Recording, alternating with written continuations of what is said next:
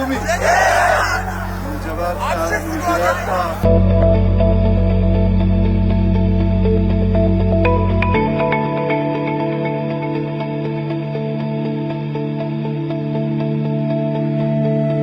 አሁን የምንገኘው በምስራቅ ሐረርጌ ቁንዱዶ በሚባለው ተራራ ላይ ነው።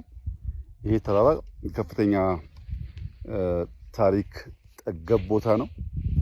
በዚህ ቦታ ላይ አዋቂዎች፣ የሀገር ሽማግሌዎች እንደሚናገሩት የአህመድ ግራኝና ድንግል በ15ኛው ክፍለ ዘመን የነበረው ግጭት እዚህ አካባቢ ላይ ሸሽቶ የመጣው ጦር ሙሉ በሙሉ ከመደምሰስና ታሪኩ ከመጥፋቱ በፊት ውስን ፈረሶች እዚህ ተራራ ላይ እንዲወጡ አድርገው ነበር ይባላል። የዚያ ምክንያት እኛ በውጊያው ብንወድቅ ብንቀር ታሪካችን ጠፍቶ አይቅር ከሚል መነሾ እንደሆነ የዚህ አካባቢ ሀገር ሽማግሌዎች እና አዋቂዎች ገልጸውልናል። በዚያ ጊዜ የተዋቸው ፈረሶች ሲሞቱ፣ ሲጎሉ፣ ሲጨምሩ ቆይተው ዛሬ ወደ 48 ገደማ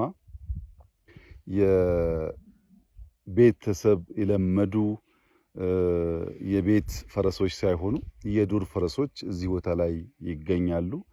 ተራራው ትንሽ ከፍታ ያለው ቦታ፣ መጠነኛ ቅዝቃዜ ያለው ቦታ ነው። የፈረሶቹን ቅርጽ ያየን እንደሆነ በተለምዶ ከምናውቃቸው ፈረሶች በተለየ ሁኔታ አንገታቸው ረዘም ያለ ነው እና እነዚህን የዱር ፈረሶች እና በዚህ ተራራ ያለውን ሃይኪንግ ሰዎች እየመጡ እንደሚያዩ ሰምተናል። ከዚያም በተጨማሪ ልክ እንደ ባሌ ሁሉ 3-4 ቦታ በጣም ረዣዥም ኬቮች እዚህም አካባቢ አሉ። እንደገለጹልኝ ከሆነ በርዝመታቸው ባሌ ካለው የሚበልጥ ነው የሚል ሰምቻለሁ። በአይኔ አላየውም። እነዚያን ኬቮች፣ የሃይኪንግ ቦታዎች፣ እነዚህን የዱር ፈረሶች እንደምታዩት ይሄ ተራራ ቁንዱዶ ብቻ ሳይሆን አንዳንዶች ደብሊው ማውንቴን ይሉታል በቅርጹ የተነሳ ተራራው በራሱ በጣም ከፍተኛ ውበት ያለው ለእይታ የሚማርክ ቦታ ነው የምናየው። ፈረሶቹም ያየን እንደሆነ ትናንሾችም ስላሉ ትውልድ የሚቀጥል ይመስላል። እዚያ ማዶ የምናያቸው የተወሰኑ ፈረሶች አሉ፣ እዚህ ጋርም እንደዚሁ አሉ። እነዚህ ፈረሶች በቤት ከምናውቃቸው ፈረስ ለየት የሚያደርጋቸው ኦሪጂናቸው ሳይሆን ከጊዜ በኋላ እዚህ በመቆየት በቅርጻቸው በቁመናቸው የተለየ ቅርጽ እንዳላቸው ማየት ችለናል። እነዚህ መጠበቅ ያስፈልጋል። ኔቸር መጠበቅ፣ ታሪክ መጠበቅ ይበልጥ አስቦ ማስቀጠል ለትውልድ ጠቃሚ መሆኑ ብቻ ሳይሆን ከፍተኛ የቱሪስት መስህብም ሊሆን ይችላል። እንግዲህ አስቡት የዛሬ 500 ዓመት ከባቢ የነበረ ግጭት ውስጥ እንደ ቅሪት የቀሩ ፈረሶች ዛሬ እነሱን ተንተርሶ ታሪክ እንዲወሳ ያኔ በውጊያ የተሳተፉ ሰዎች እንዳይዘነጉ ማድረግ መቻላቸው በቀላል የሚታይ ጉዳይ አይደለም። ታሪክ ባስቀመጥነው ልክ ባስቀመጥነው ቦታ እንዳለ ሳይሸረሸር የማይቀመጥ ቢሆንም ብርቱ ትውልድ፣ አዋቂ ትውልድ፣ አስተዋይ ትውልድ ሲኖር ግን በዚህ መንገድ ከልጅ ልጅ የተሸጋገረ ሊቀጥል ይችላል እና ከዚህ ቀደም በተለያየ መንገድ ሰምተን ሊሆን ይችላል።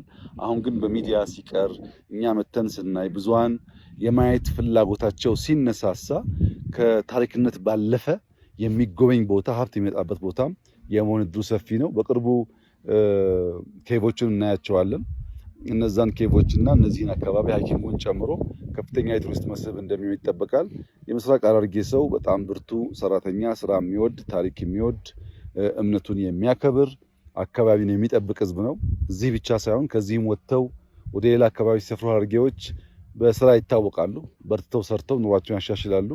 እዚያ ላይ የቱሪዝም መስህብነቱ ታክሎበት በእርሻ፣ በንግድ፣ በቱሪዝም ከዚያም እያለ ወደ ኢንዱስትሪ የሚያድግ ከሆነ የሰውን ህይወት ያሻሽላል። የከባቢውን መልክዓ ምድር አሁን ካለበት በላይ ሰዎች የተበራከቱ ሲሄዱ ዛፍ እየተከል ለማስዋብ ይመቻል እና እዚህ ቦታ ላይ ያየነው ጉዳይ ኢትዮጵያ ተዝቆ የማያልቅ ታሪክ፣ ተነግሮ የማያልቅ ታሪክ፣ ታይቶ የማይጠገቡ ስፍራዎች ያላት ሀገር መሆኗን ያመለክታል። በሌላው ዓለም እንደዚህ ያለ ቦታ ብዙ ሰው የሚጎበኘው የሚያየው ነው። በእኛ ሀገር እንደ መንግስት ከተሰጠው ዝቅተኛ ትኩረት የተነሳ እንደዚህ አይነት ቦታ ብዙ ባይታይም ለወደፊቱ ግን እነዚህን አቅም በፈቀደ መጠን እያለሙ ተጨማሪ ገቢ ማስገኛና ታሪክ ማስቀጠያ ቦታ መሆን እንዳለባቸው ይሰማኛል። ባየው ነገር በጣም ደስ ብሎናል። እዚህ ቦታ መጥቶ የሚያይ ሰውም በሚያየው ነገር እንደሚደሰት ተስፋ አደርጋለሁ። እጅግ አድርጌ አመሰግናለሁ።